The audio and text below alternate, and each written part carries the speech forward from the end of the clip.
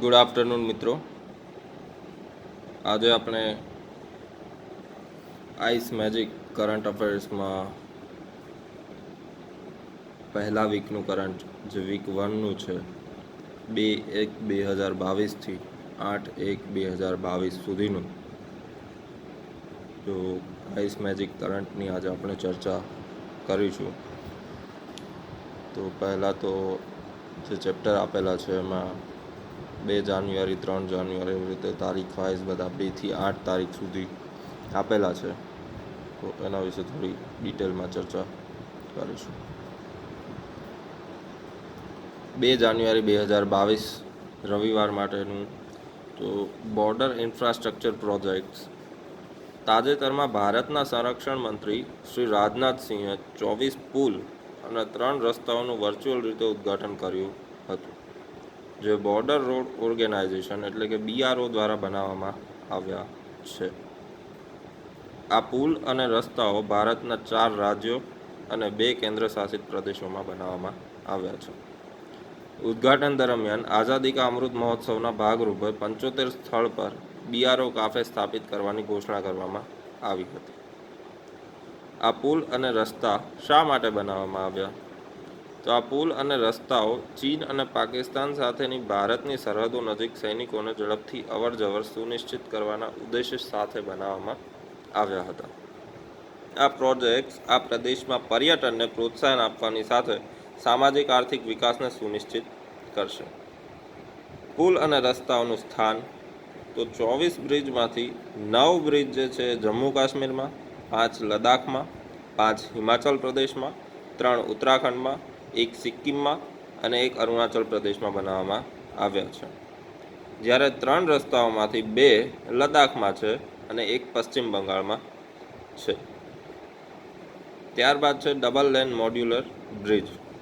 ઉદ્ઘાટન કરાયેલ તમામ બ્રિજમાં સૌથી મહત્વનો ભારતનો પ્રથમ સ્વદેશી વર્ગનો 70 થી 140 ફૂટનો ડબલ લેન મોડ્યુલર બ્રિજ હતો. તે સિક્કિમના ફ્લેગ હિલ ડોકલામાં 11,000 ફૂટની ઊંચાઈ પર બનાવવામાં આવેલ છે. લદ્દાખમાં ઉમલિંગ લા પાસ ખાતે ચીસુમલે ડેમચોક રોડનું ઉદ્ઘાટન પણ 19,000 ફૂટથી વધુની ઊંચાઈએ નોંધપાત્ર છે. આ રોડ વિશ્વનો સૌથી ઊંચો મોટરેબલ રોડ છે. આ રોડ લેહથી ડેમચોક સુધી વૈકલ્પિક માર્ગ પ્રદાન કરશે. ફ્લેગ હિલ ડોકલા રોડ ખોલવાથી ભારતીય સૈનિકોની ડોકલામ પઠાર પાસેની ડોકલા વિસ્તારમાં પહોંચવા માટેની મુસાફરીનો પણ સમય ઘટશે. ત્યારબાદ છે 32 વર્ષની સેવા બાદ INS ખુકરીને સેવાનિવૃત્ત કરવામાં આવ્યું. તાજેતરમાં વિશાખાપટ્ટનમ ખાતે 32 વર્ષની સેવા પછી ભારતની પ્રથમ સ્વદેશી નિર્મિત મિસાઇલ કોર્વેટ INS ખુકરી P-49ને સેવાનિવૃત્ત કરવામાં આવ્યું છે. ડિકમિશનિંગ સમારોહ દરમિયાન રાષ્ટ્રધ્વજ, ડિકમિશનિંગ પેનન્ટ અને નૌકાદળના ઝંડાને સૂર્યાસ્ત સમયે નીચે ઉતારવામાં આવ્યા હતા.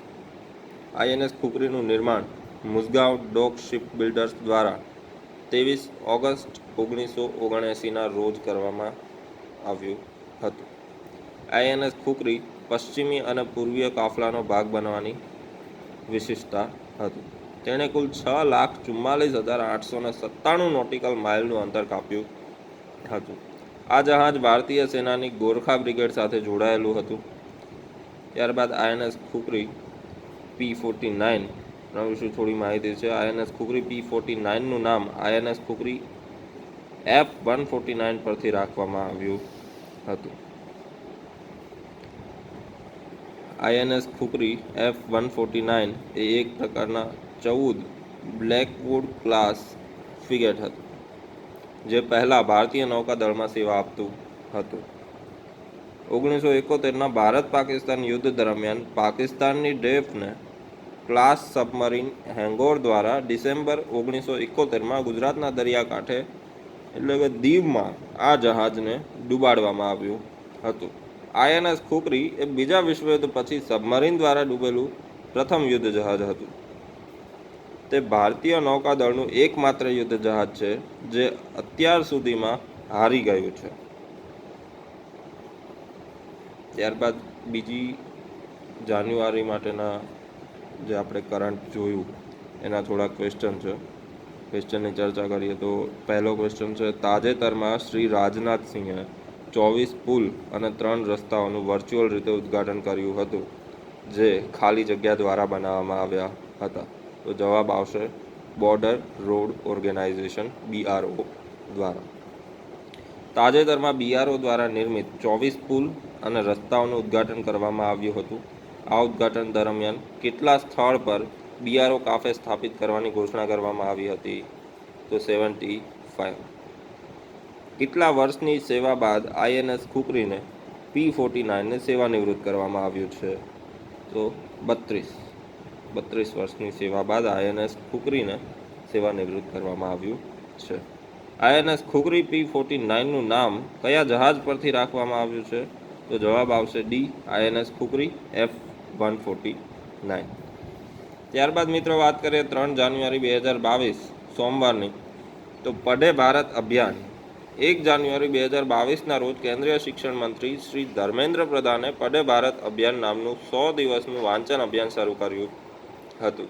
આ અભિયાનનો મુખ્ય ઉદ્દેશ વિદ્યાર્થીઓના શિક્ષણ સ્તરને સુધારવાનો છે. શિક્ષણના સ્તરને સુધારવા માટે તે એક મહત્વપૂર્ણ પગલું છે, કારણ કે તે સર્જનાત્મક, વિવેચનાત્મક વિચારસરણી, શબ્દ ભંડોળ તેમજ લેખિત અને મૌખિક સ્વરૂપમાં અભિવ્યક્ત કરવાની ક્ષમતા વિકસાવે છે. તે બાળકોને તેમના પોતાના સંજોગો અને વાસ્તવિક જીવનની વાસ્તવિકતા સમજવામાં મદદ કરશે. હવે આ અભિયાન હેઠળ કયા બાળકોને આવરી લેવામાં આવશે? તો બાલવાટિકા સ્તરથી ધોરણ 8 સુધીના બાળકોને આ અભિયાન હેઠળ જોડવામાં આવશે. આ અભિયાન ક્યાં સુધી ચાલશે? તો પઢે ભારત અભિયાન 1 જાન્યુઆરી 2022ના રોજ શરૂ કરવામાં આવ્યું હતું. તે 100 દિવસ અથવા 14 અઠવાડિયા માટે હાથ ધરવામાં આવશે અને 14 એપ્રિલ 2022ના રોજ પૂર્ણ થશે. ત્યારબાદ છે અભિયાનનો ઉદ્દેશ્ય શું છે? તો બાળકો, શૈક્ષણિક સંચાલકો, માતા પિતા, સમુદાય વગેરે સહિત રાષ્ટ્રીય અને રાજ્ય સ્તરે તમામ હિતધારકોને સામેલ કરવાના ઉદ્દેશ સાથે આ અભિયાનની શરૂઆત કરવામાં આવી હતી. આ વાંચન અભિયાન મૂળભૂત સાક્ષરતા અને સંખ્યાતા મિશનના લક્ષ્યો અને વિઝન સાથે પણ જોડાયેલું છે. ત્યારબાદ છે one nation one grid one frequency. તાજેતરમાં power grid corporation of India limited PGCIL એ one nation one grid one frequency એટલે કે નેશનલ ગ્રીડના સંચાલનની વર્ષગાંઠની ઉજવણી કરી હતી. તો PGCIL આ ઉજવણી આઝાદી કા અમૃત મહોત્સવના ભાગરૂપે કરી હતી. આ પ્રસંગે 70 સ્થળોએ વિનામૂલ્યે આરોગ્ય તપાસ અને મેડિકલ કેમ્પનું આયોજન કરવામાં આવ્યું હતું. ભારતમાં નેશનલ ગ્રીડનો ઇતિહાસ. તો ભારતમાં પ્રાદેશિક ધોરણે રાષ્ટ્રીય ગ્રીડ સંચાલનની શરૂઆત 60ના દાયકામાં થઈ હતી. શરૂઆતમાં પ્રાદેશિક ગ્રીડ બનાવવા માટે ગ્રીડ એકબીજા સાથે જોડાયેલા હતા અને ત્યારબાદ ગ્રીડના આધારે ભારતને 5 પ્રદેશમાં વિભાજિત કરવામાં આવ્યું હતું, જે આ મુજબ છે. પહેલું છે ઉત્તરીય ગ્રીડ, ત્યારબાદ બીજું છે પૂર્વીય ગ્રીડ, ત્રીજું છે પશ્ચિમ ગ્રીડ, ચોથું છે ઉત્તર પૂર્વ ગ્રીડ અને નંબર 5 છે દક્ષિણ પ્રદેશ. ઓક્ટોબર 1991માં ઉત્તર પૂર્વ અને પૂર્વીય ગ્રીડને જોડવામાં આવ્યા હતા. આ સિવાય પશ્ચિમ અને ઉત્તર પૂર્વીય ગ્રીડ માર્ચ 2003માં એકબીજા સાથે જોડવામાં આવ્યા હતા. ઓગસ્ટ 2006માં ઉત્તર અને પૂર્વ ગ્રીડને એકબીજા સાથે જોડવામાં આવ્યા હતા. આમ 4 પ્રાદેશિક ગ્રીડ ઉત્તરી, પૂર્વીય, પશ્ચિમી અને ઉત્તર પૂર્વીય ગ્રીડ સમાન આવર્તન પર કાર્યરત કેન્દ્રીય ગ્રીડ બનાવવા માટે એકબીજા સાથે જોડાયેલા હતા. વર્ષ 2013માં 765 kV રાયપુર સોલાપુર ટ્રાન્સમિશન લાઇનના કમિશનિંગ સાથે દક્ષિણ પ્રદેશ કેન્દ્રીય ગ્રીડ સાથે જોડવામાં આવ્યો હતો. આ સાથે વન નેશન વન ગ્રીડ વન ફ્રીક્વન્સીના ઉદ્દેશને સિદ્ધ કરાયો હતો. ત્યારબાદ છે ફ્રીક્વન્સીનું મહત્ત્વ. તો સતત પાવર ફ્રીક્વન્સી જાળવવી મહત્ત્વપૂર્ણ છે, કારણ કે ઘણી ફ્રીક્વન્સી સાધનોને નુકસાન પહોંચાડ્યા વિના એકબીજા સાથે કામ કરી શકતા નથી. રાષ્ટ્રીય સ્તરે વીજળી ઉપલબ્ધ કરાવતી વખતે તેની ગંભીર અસરો થાય છે. ત્યારબાદ છે રાષ્ટ્રીય ગ્રીડ ક્ષમતા. તો દેશમાં હાલમાં લગભગ 1,00,000 12,250 મેગાવોટની કુલ આંતરિક પ્રાદેશિક ટ્રાન્સમિશન ક્ષમતા છે, જે વર્ષ 2022 સુધીમાં વધીને લગભગ 1,18,740 મેગાવોટ થવાની ધારણા છે. ત્યારબાદ મિત્રો નોંધ લખેલી છે, તો પાવર ગ્રીડ એ ભારતીય વૈધાનિક નિગમ છે જે ઉર્જા મંત્રાલય હેઠળ કામ કરે છે. તેનું મુખ્યાલય ગુરુગ્રામમાં સ્થિત છે. ત્યારબાદ તેના થોડા ક્વેશ્ચન જોઈ લઈએ. તો નંબર 1 છે, જાન્યુઆરી 2022ના રોજ કેન્દ્રીય શિક્ષણ મંત્રી શ્રી ધર્મેન્દ્ર પ્રધાને પઢે ભારત અભિયાન નામનું કેટલા દિવસનું વાંચન અભિયાન શરૂ કર્યું છે? તો 100 દિવસનું. જવાબ આવશે બી, 100 દિવસ. તાજેતરમાં પઢે અભિયાન ભારતનું 100 દિવસનું વાંચન અભિયાન ચાલુ કરવામાં આવ્યું હતું. તેના સંદર્ભે નીચેના પૈકી કયા વિધાન સાચા છે? તો પહેલું વિધાન છે, આ અભિયાનનો મુખ્ય ઉદ્દેશ વિદ્યાર્થીઓના શિક્ષણ સ્તરને સુધારવાનો હતો. તો પહેલું વિધાન સાચું છે. ત્યારબાદ છે, બાલવાટિકાના સ્તરથી ધોરણ 8 સુધીના બાળકોને આ અભિયાન સાથે જોડવામાં આવશે. બીજું વિધાન પણ સાચું છે. ત્યારબાદ નંબર 3 છે, આ અભિયાન 1 જાન્યુઆરી 2022થી 1 જાન્યુઆરી 2023 સુધી હાથ ધરવામાં આવશે. તો ત્રીજું વિધાન ખોટું છે. આ અભિયાન 100 દિવસ માટે હાથ ધરવામાં આવશે. ત્યારબાદ ચોથું વિધાન છે, આ અભિયાન ભારત સરકારના ટેકનોલોજી મંત્રાલય, આવાસ અને શહેરી બાબતોનું મંત્રાલય તથા શિક્ષણ મંત્રાલયની સંયુક્ત પહેલ છે. તો આ વાત પણ ખોટી છે. શિક્ષણ મંત્રાલયની પહેલ છે. માટે જવાબ આવશે ડી, ફક્ત 1 અને 2 વિધાન જ સાચા છે. ત્યારબાદ ક્વેશ્ચન નંબર 3 છે, તો તાજેતરમાં કોણે one nation one grid one frequency એટલે કે નેશનલ ગ્રીડના સંચાલનની વર્ષગાંઠની ઉજવણી કરી હતી? તો જવાબ આવશે power grid corporation of India limited, PGCIL. B. Power grid corporation of India limited, PGCILનું મુખ્યાલય ક્યાં આવેલું છે? તો ગુરુગ્રામ. જવાબ આવશે એ. ત્યારબાદ મિત્રો 4 જાન્યુઆરીના કરંટની વાત કરીએ. તો 4 જાન્યુઆરીનું જે કરંટ છે એમાં પહેલાં તો દિવસ મહિમા આપેલો છે 4 જાન્યુઆરી, એને વિશ્વ બ્રેઇલ દિવસ તરીકે ઉજવવામાં આવે છે. સમગ્ર વિશ્વમાં દર વર્ષે 4 જાન્યુઆરીના રોજ આંતરરાષ્ટ્રીય બ્રેઇલ દિવસની ઉજવણી કરવામાં આવે છે. આ દિવસની ઉજવણીનો પ્રારંભ 2019થી થયો છે. બ્રેઇલ લિપિના જનક શ્રી લુઈસ બ્રેઇલની યાદમાં તેમનો જન્મદિન 4 જાન્યુઆરી આંતરરાષ્ટ્રીય બ્રેઇલ દિન તરીકે ઉજવાય છે. અંધજનો પણ આંગળીઓ સ્પર્શથી વાંચી શકે તે માટે શ્રી લુઈસ બ્રેઇલે આ બ્રેઇલ લિપિની શોધ કરી હતી. લુઈસ બ્રેઇલનો જન્મ 4 જાન્યુઆરી 1809ના રોજ ફ્રાન્સના એક ગામમાં થયો હતો અને ખૂબ જ નાની ઉંમરે એક અકસ્માતમાં તેણે પોતાના આંખોની રોશની ગુમાવી હતી. ત્યારબાદ તેમણે 15 વર્ષની ઉંમરે બ્રેઇલ લિપિની શોધ કરી હતી. ત્યારબાદ મિત્રો વાત કરીએ તો પેંગોંગ તળાવ પર ચીનની બાંધકામ પ્રવૃત્તિઓ. તાજેતરમાં એવું જાણવા મળ્યું છે કે ચીન પેંગોંગ તળાવના ઉત્તરી અને દક્ષિણ કિનારાને જોડતો પુલ બનાવી રહ્યું છે. આ બ્રિજનું નિર્માણ ચીનની બાજુ થઈ રહ્યું છે. જોકે તે વાસ્તવિક નિયંત્રણ રેખા LACથી 25થી 30 કિલોમીટર દૂર છે. પૃષ્ઠભૂમિની વાત કરીએ થોડી, તો મે 2020માં લશ્કરી ગતિરોધની શરૂઆત થઈ ત્યારથી ભારત અને ચીને માત્ર હાલ ઇન્ફ્રાસ્ટ્રક્ચરને સુધારવા માટે કામ કર્યું નથી, પરંતુ સમગ્ર સરહદ પર ઘણા નવા રસ્તાઓ, પુલ, લેન્ડિંગ સ્ટ્રીપ્સ પણ બનાવ્યા છે. ઓગસ્ટ 2020ના અંતમાં ભારતે પેંગોંગ સો તળાવના દક્ષિણ કિનારે કૈલાસ પર્વતમાળાની અગાઉ ખાલી રહેલી ઊંચાઈઓ પર કબજો કરીને ચીનને પાછળ છોડી દીધું હતું. ભારતીય સૈનિકો ત્યાં મગર હિલ, રેજોંગ હિલ, રેજાંગલા, રેચિનલા સહિતના શિખરો પર તૈનાત હતા. કડક શિયાળાના મહિનાઓમાં બંને દેશોના સૈનિકોએ આ ઊંચાઈઓ પર રહ્યા હતા, જેણે ચીનને વાટાઘાટો કરવાની ફરજ પાડી હતી. બંને દેશો તળાવના ઉત્તરી કિનારા અને પેંગોંગ સોની દક્ષિણે આવેલા ચુશુલ પેટા પ્રદેશમાં કૈલાસ પર્વતમાળા પરની સ્થિતિથી ખસી જવા સંમત થયા હતા. ત્યારબાદ છે મિત્રો ચીન માટે પુલનું મહત્વ શું છે? ચીન માટે પુલના મહત્ત્વની થોડી ચર્ચા કરીએ તો આ પુલનું નિર્માણ ચીન માટે ખૂબ મહત્ત્વપૂર્ણ છે, કારણ કે આ પુલ ઝડપથી ઇન્ડક્શન સુવિધા આપશે, કારણ કે તે પેંગોંગ તળાવ પરના વિવાદિત વિસ્તારોમાં પહોંચવા માટે લાગતું અંતર અને સમય ઘટાડશે. આ પુલ બંને બાજુઓને જોડશે અને આ રીતે ચીની સેનાને કોઈ પણ ખતરાનો સામનો કરવા માટે બંને બાજુએથી આસાનીથી પ્રવેશ મળશે.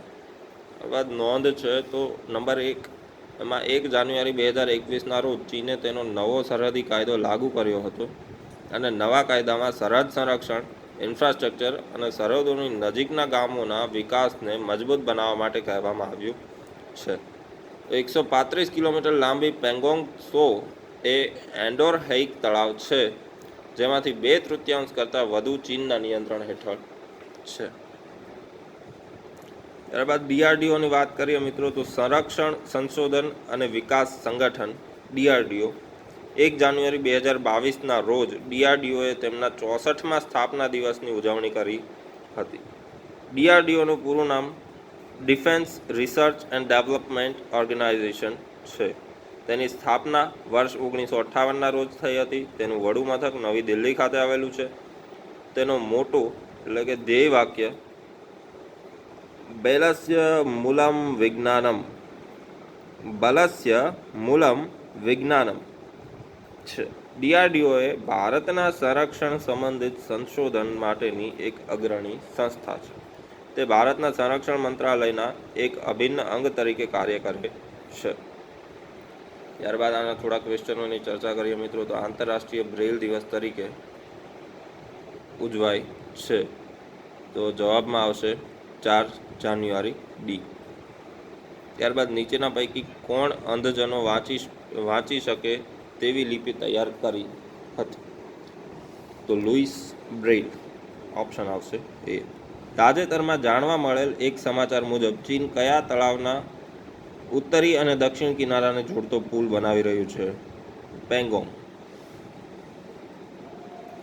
2 જાન્યુઆરી 2022ના રોજ DRDOએ તેમના કેટલામાં સ્થાપના દિવસની ઉજવણી કરી? તો જવાબ આવશે સી 64માં. DRDOની સ્થાપના કયા વર્ષે થઈ હતી? 1958. Option B. બલસ્ય મૂલમ વિજ્ઞાનમ કઈ સંસ્થાનું ધ્યેય વાક્ય છે? તો DRDO ઓપ્શન બી. ત્યારબાદ છે મિત્રો 5 જાન્યુઆરી બુધવારની વાત, તો મહારાજા બીર બિક્રમ એરપોર્ટ ત્રિપુરા. તાજેતરમાં વડાપ્રધાન શ્રી નરેન્દ્ર મોદીએ ત્રિપુરાના મહારાજ બીર બિક્રમ MBB એરપોર્ટના નવા એકીકૃત ટર્મિનલ ભવનનું ઉદ્ઘાટન કર્યું હતું. આ ઉપરાંત મુખ્યમંત્રી ત્રિપુરા ગામ સમૃદ્ધિ યોજના અને વિદ્યાજ્યોતિ શાળાઓનું પ્રોજેક્ટ મિશન 100 જેવી મોટી પહેલો શરૂ કરી હતી. મહારાજા બીર બિક્રમ એરપોર્ટ વિશે તો આ નવા ટર્મિનલના ઉદ્ઘાટનને બાંગ્લાદેશ સાથે રાજ્યની નિકટતા અને દક્ષિણ પૂર્વ એશિયાના દેશોમાં પ્રવેશને કારણે આંતરરાષ્ટ્રીય એરપોર્ટ તરીકે કાર્યરત થવાનું પ્રથમ પગલું છે. ઉનાકોટી ટેકરીઓમાંથી સ્થાનિક આદિવાસી પથ્થરની શિલ્પો અને સ્થાનિક વાંસની હસ્તકલાનો ભવનના આંતરિક ભાગમાં વ્યાપકપણે ઉપયોગ કરવામાં આવ્યો છે.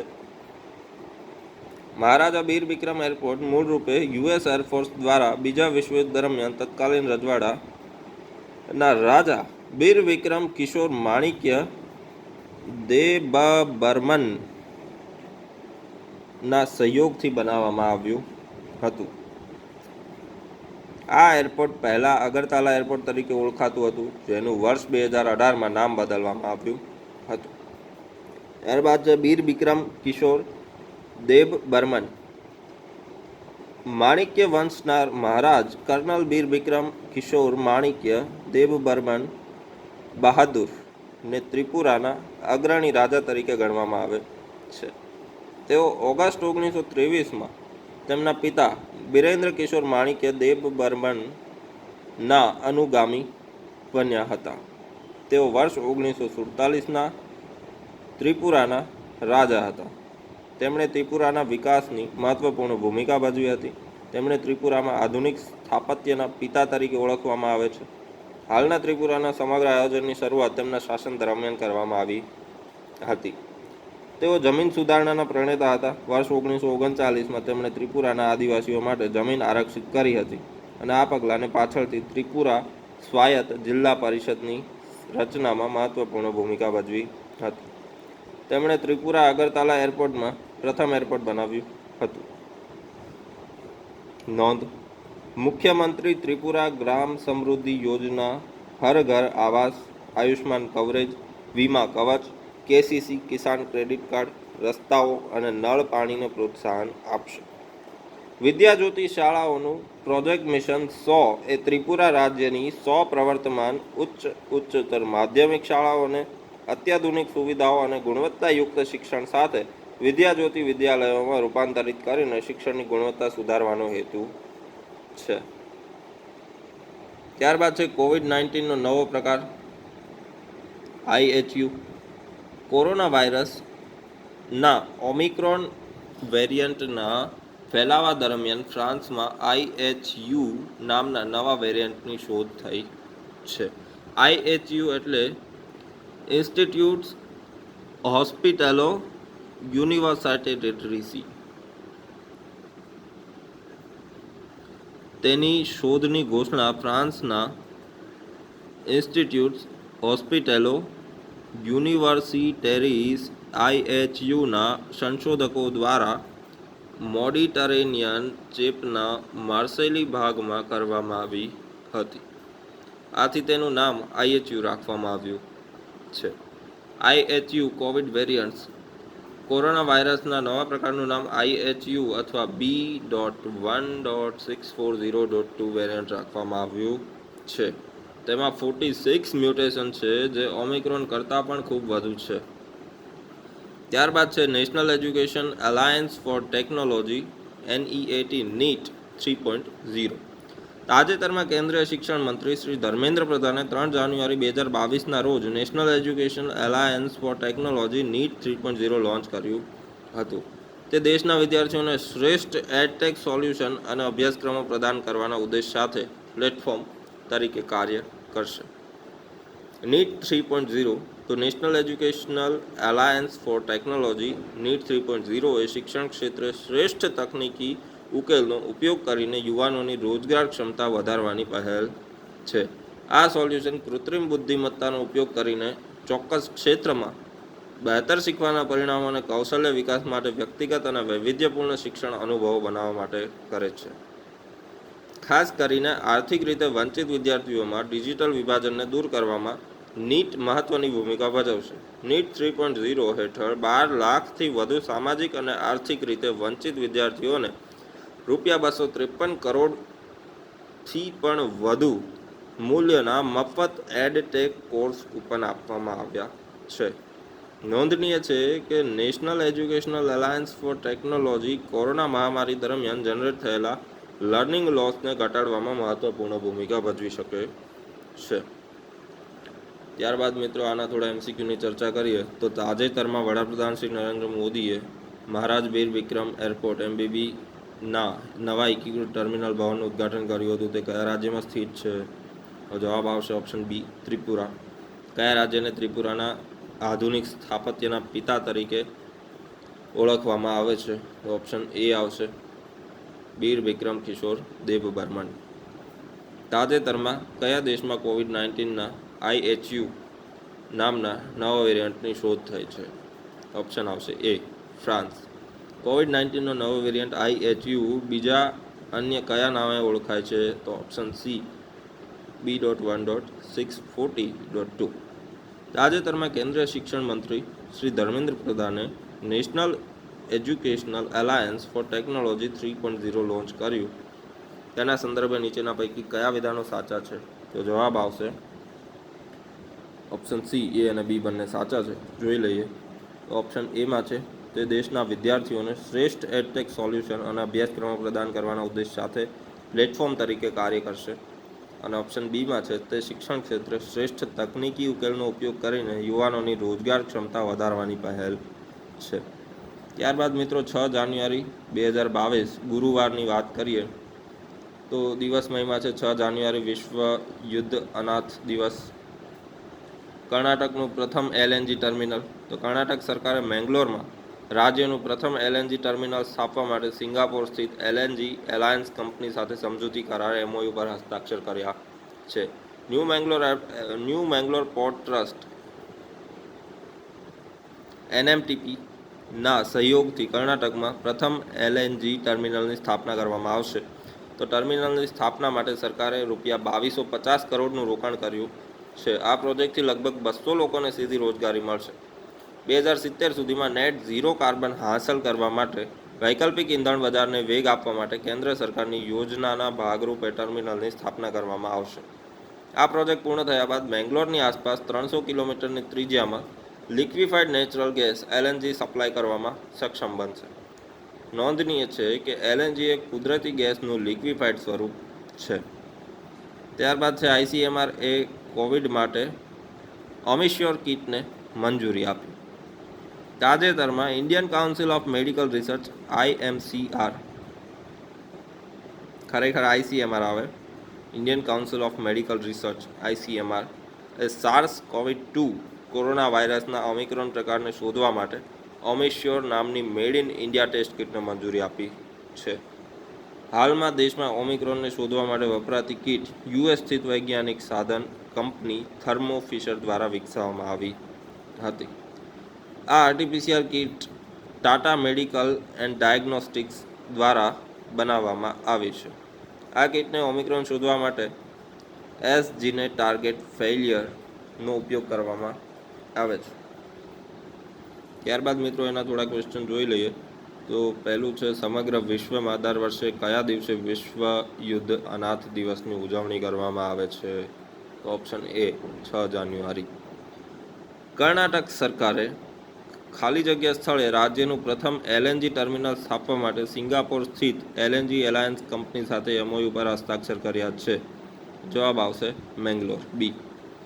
LNG વિશે કઈ બાબત સાચી નથી કે સાચી રીતે જોડાયેલી છે? તો એમાં આવશે તેનું પૂરું નામ લિક્વિફાઈડ નેચરલ ગેસ છે અને તે કુદરતી ગેસનું લિક્વિફાઈડ સ્વરૂપ છે. ઓપ્શન C, A અને B બંને સાચા છે. તાજેતરમાં ICMR એ COVID-19ના ઓમિક્રોન પ્રકારને શોધવા માટે કઈ કિટને મંજૂરી આપી? તો ઓમિશ્યોર, ઓપ્શન A. તાજેતરમાં ચર્ચામાં રહેલ ઓમિશ્યોર શું છે? તો ઓપ્શન A, COVID-19 પરીક્ષણ કિટ. ત્યારબાદ મિત્રો વાત કરીએ તો 7 જાન્યુઆરી 2022 શુક્રવારનું કરંટ અફેર. તો ખેલો ઇન્ડિયા ગેમ્સ 2023નું આયોજન મધ્યપ્રદેશમાં કરવામાં આવશે. ભારતમાં રમતગમતની સંસ્કૃતિને પુનર્જીવિત કરવા માટે ખેલો ઇન્ડિયા ગેમ્સની શરૂઆત કરવામાં આવી હતી. વર્ષ 2021ની ખેલો ઇન્ડિયા ગેમ્સ COVID-19 મહામારીના કારણે સ્થગિત કરવામાં આવી હતી, પરંતુ હવે તેનું આયોજન જાન્યુઆરી 2022માં હરિયાણામાં કરવામાં આવશે. જ્યારે ખેલો ઇન્ડિયા યુથ ગેમ્સ 2022-23નું આયોજન મધ્યપ્રદેશમાં કરવામાં આવશે. મધ્યપ્રદેશની કેબિનેટે તાજેતરમાં ભોપાલમાં ગેમ્સનું આયોજન કરવાની મંજૂરી આપી છે. ખેલો ઇન્ડિયા યુથ ગેમ્સ 2023માં લગભગ 25 ઇવેન્ટનું આયોજન કરવામાં આવશે. ત્યારબાદ છે કર્ણાટકમાં કોમ્પલ ટોચ ક્લસ્ટર. કોપ્પલ ટોચ ક્લસ્ટર એ પ્રથમ ટોય મેન્યુફેક્ચરિંગ ક્લસ્ટર છે જે કર્ણાટકમાં બનાવવામાં આવશે. તેને માર્ચ 2022માં કાર્યરત કરવામાં આવશે. Koppal toy cluster. તો કોપ્પલ ટોય ક્લસ્ટર 400 એકર જમીનમાં સ્થાપવામાં આવશે અને તેના રમકડા બનાવવા, ટૂલ્સ બનાવવા, પેકેજિંગનું ઉત્પાદન, ઇલેક્ટ્રોનિક્સ વિકસાવવા, પોઈન્ટ્સ વગેરે બનાવવા વસ્તુ સામેલ છે. પૂર્ણ થયા પછી ટોય ક્લસ્ટરમાં સ્પેશિયલ ઇકોનોમિક ઝોનમાં 100 નાના અને મોટા ઉત્પાદન એકમો હશે. તેમાં સ્થાનિક ઉત્પાદન અને નિકાસ માટે એકમોનો પણ સમાવેશ થાય છે. આ ક્લસ્ટર ₹4,000 કરોડનું રોકાણ આકર્ષશે તથા તેનાથી 25,000 સીધી નોકરીઓ અને 1 લાખ પરોક્ષ નોકરીઓનું સર્જન થવાની અપેક્ષા છે. એનું મહત્ત્વ છે તો ભારતનો રમકડા ઉદ્યોગ અત્યંત ખંડિત છે. ભારતમાં 4,000થી વધુ રમકડા ઉત્પાદન એકમો કાર્યરત છે. જો કે આ એકમોમાંથી 10% જ સંગઠિત ક્ષેત્રના છે. આથી આવા વધુ ક્લસ્ટર બનાવવા જરૂરી છે. ત્યારબાદ વાત કરીએ તો બ્રાન્ડ ઇન્ડિયા અભિયાન, બ્રાન્ડ ઇન્ડિયા કેમ્પેઇન. ભારતનું વાણિજ્ય મંત્રાલય નવા બજારોમાં ઉત્પાદન તેમજ સેવાઓની નિકાસને વેગ આપવા માટે બ્રાન્ડ ઇન્ડિયા અભિયાનની શરૂઆત કરવા જઈ રહ્યું છે. બ્રાન્ડ ઇન્ડિયા અભિયાન નાણાકીય વર્ષ 2021-22માં ભારતની નિકાસ $400 મિલિયન વટાવી જશે અને તે જોતા બ્રાન્ડ ઇન્ડિયા અભિયાન શરૂ કરવામાં આવશે. બ્રાન્ડ ઇન્ડિયા અભિયાન ભારત દ્વારા નિકાસ કરવામાં આવતી વસ્તુઓ અને સેવાઓને પ્રોત્સાહન આપવા માટે છાતા અભિયાન અથવા છત્રી અભિયાન અમ્બ્રેલા કેમ્પેઇન તરીકે કાર્યરત હશે. આ અભિયાનમાં જ્વેલરી, કપડાં, ચા, કોફી અને મસાલા જેવા વાવેતર ઉત્પાદનો, સ્વાસ્થ્ય, કાળજી, શિક્ષણ, એન્જિનિયરિંગ વગેરે પર ધ્યાન કેન્દ્રિત કરવામાં આવશે. તે ગુણવત્તા, ટેકનોલોજી, હેરિટેજ, મૂલ્ય અને નવીનતા પર ધ્યાન કેન્દ્રિત કરશે. બ્રાન્ડ ઇન્ડિયા અભિયાન India brand equity foundation IBEF દ્વારા ચલાવવામાં આવશે. ત્યારબાદ છે વિઝન. તો આ અભિયાનના વિઝન આ મુજબ છે. એમાં પહેલું છે નવા સંભવિત બજારો, નંબર 2 છે ભારતીય પ્રતિભા, નંબર 3 છે પરંપરા અને આધુનિકતા, નંબર 4 છે ડિજિટલ ચેનલો અને આંતરરાષ્ટ્રીય ઇવેન્ટ્સ દ્વારા પ્રમોશનલ પ્રોગ્રામ્સ. નોંધ છે તો IBEF ભારત સરકારની નિકાસ પ્રમોશન એજન્સી છે. તેની સ્થાપના 1996માં વૈશ્વિક બજારોમાં ભારતીય ઉત્પાદનોના વિતરણ અને વેચાણ માટે કરવામાં આવી હતી.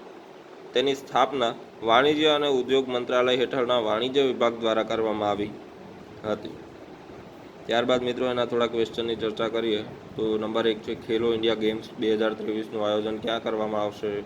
જવાબ આવશે ઓપ્શન સી, મધ્યપ્રદેશ. ખેલો ઇન્ડિયા ગેમ્સ 2022નું આયોજન કયા રાજ્યમાં થશે? તો જવાબ આવશે ઓપ્શન એ, હરિયાણા.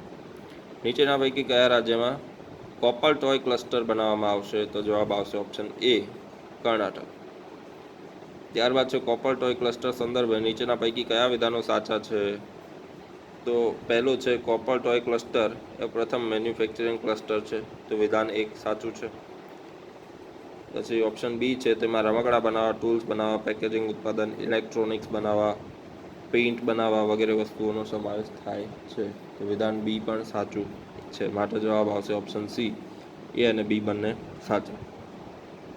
ત્યારબાદ છે નંબર 5, તો ભારત સરકારનું કયું મંત્રાલય નવા બજારોમાં ઉત્પાદનો તેમજ સેવાઓની નિકાસને વેગ આપવા માટે બ્રાન્ડ ઇન્ડિયા અભિયાન શરૂ કરવાની યોજના બનાવી રહ્યું છે? તો ઓપ્શન બી, વાણિજ્ય મંત્રાલય. ત્યારબાદ છે મિત્રો 8 જાન્યુઆરી 2022 શનિવારના કરંટની ચર્ચા કરીએ. તો 8 જાન્યુઆરી 2022 વિશ્વ ટાઈપિંગ દિવસ તરીકે ઉજવવામાં આવે છે. ત્યારબાદ છે રાષ્ટ્રીય જળ પુરસ્કાર. તો તાજેતરમાં જળ શક્તિ મંત્રાલય દ્વારા આયોજિત રાષ્ટ્રીય જળ પુરસ્કાર NWA 2020માં જળ સંરક્ષણના પ્રયાસો માટે ઉત્તર પ્રદેશને પ્રથમ ક્રમે પુરસ્કાર આપવામાં આવ્યો હતો. શ્રેષ્ઠ રાજ્યની કેટેગરીમાં રાજસ્થાન અને તમિલનાડુને અનુક્રમે બીજો અને ત્રીજો પુરસ્કાર મળ્યો છે. રાષ્ટ્રીય જળ પુરસ્કાર, તો આ પુરસ્કારનું આયોજન જળ શક્તિ મંત્રાલયના જળ સંસાધન, નદી વિકાસ અને ગંગા સંરક્ષણ વિભાગ દ્વારા કરવામાં આવે છે. વર્ષ 2018માં જળ શક્તિ મંત્રાલય દ્વારા પ્રથમ રાષ્ટ્રીય જળ પુરસ્કાર એનાયત કરવામાં આવ્યો હતો. તે સ્ટાર્ટઅપ તેમજ અગ્રણી સંસ્થાઓને ભારતમાં શ્રેષ્ઠ જળ સંસાધન વ્યવસ્થાપન પદ્ધતિઓ અપનાવવા માટે વરિષ્ઠ નીતિ નિર્માતાઓ સાથે જોડવાની સારી તક પૂરી પાડે છે. તેઓ દેશભરમાં વ્યક્તિઓ અને સંસ્થાઓ દ્વારા કરવામાં આવતા સારા કામ અને પ્રયત્નો તથા જળ સમૃદ્ધિ ભારતના માર્ગ માટે સરકારના વિઝન પર ધ્યાન કેન્દ્રિત કરશે. ભારત અને નેપાળ વચ્ચે નવો પુલ. તાજેતરમાં કેન્દ્રીય કેબિનેટ મહાકાલી નદી પર ભારત અને નેપાળને જોડનાર એક નવા પુલના નિર્માણ અને ઉત્તરાખંડના ધારાચુલાને નેપાળના ધારચુલા સાથે જોડવાની યોજનાને મંજૂરી આપી છે. આ નવો પુલ 3 વર્ષમાં તૈયાર થઈ જશે અને તેનાથી બંને દેશ વચ્ચેના સંબંધો પણ મજબૂત થશે. ભારત અને નેપાળ મિત્રતા અને સહયોગના અનોખા સંબંધો શેર કરે છે. આ પુલના નિર્માણથી ઉત્તરાખંડ અને નેપાળના ધારચુલા વિસ્તારમાં રહેતા લોકોને મદદ મળશે. મહાકાલી નદીને ઉત્તરાખંડમાં શારદા નદી અથવા કાલી ગંગા તરીકે પણ ઓળખવામાં આવે છે. ત્યારબાદ મિત્રો આના થોડા ક્વેશ્ચનની ચર્ચા કરીએ. તો એની અંદર આવશે સમગ્ર વિશ્વમાં દર વર્ષે વિશ્વ ટાઈપિંગ દિવસ તરીકે કયા દિવસને ઉજવવામાં આવે છે? તો જવાબ આવશે ઓપ્શન બી, 8 જાન્યુઆરી. તાજેતરમાં જળ શક્તિ મંત્રાલય દ્વારા આયોજિત રાષ્ટ્રીય જળ પુરસ્કાર 2020માં જળ સંરક્ષણના પ્રયાસો માટે કયા રાજ્યને પ્રથમ ક્રમે પુરસ્કાર આપવામાં આવ્યો હતો? Option A Uttar Pradesh. તાજેતરમાં કેન્દ્ર સરકાર દ્વારા જળ પુરસ્કાર 2020 આપવામાં આવ્યો હતો. તેના સંદર્ભે નીચેના પૈકી કયા વિધાન સાચા છે? તો વિધાન એ છે, આ પુરસ્કાર અંતર્ગત પ્રથમ ક્રમે ઉત્તર પ્રદેશ રાજ્યને પુરસ્કાર આપવામાં આવ્યો છે. ત્યારબાદ રાજસ્થાન અને તમિલનાડુને બીજા અને ત્રીજા ક્રમે પુરસ્કાર આપવામાં આવ્યો છે. તો વિધાન એ સાચું છે. ત્યારબાદ વિધાન બી, તો આ પુરસ્કારનું આયોજન જળ શક્તિ મંત્રાલયના જળ સંસાધન, નદી વિકાસ અને ગંગા સંરક્ષણ વિભાગ દ્વારા કરવામાં આવે છે. તો વિધાન બી પણ સાચું છે. માટે જવાબ આવશે ઓપ્શન સી. એ અને બી બંને સાચા. ત્યારબાદ છે, નીચેના પૈકી કઈ નદી પર ભારત અને નેપાળને જોડતા પુલનું નિર્માણ કરવામાં આવશે? તો ઓપ્શન એ મહાકાલી. તો મિત્રો, આપણે 2 જાન્યુઆરીથી 8 જાન્યુઆરી સુધીના કરંટની ચર્ચા કરી અને ત્યારબાદ જે નીચે આપેલું છે એ વન લાઇનર છે. બધા એ આપણે જાતે પણ જોઈ શકીએ. ક્વેશ્ચન આપેલા છે બધા વન લાઇનર, આપણે જે વાંચ્યું એમાંથી જ છે. તો આપ સર્વે મને ખૂબ શાંતિપૂર્વક સાંભળ્યો, એના બદલ સૌનો ખૂબ ખૂબ આભાર.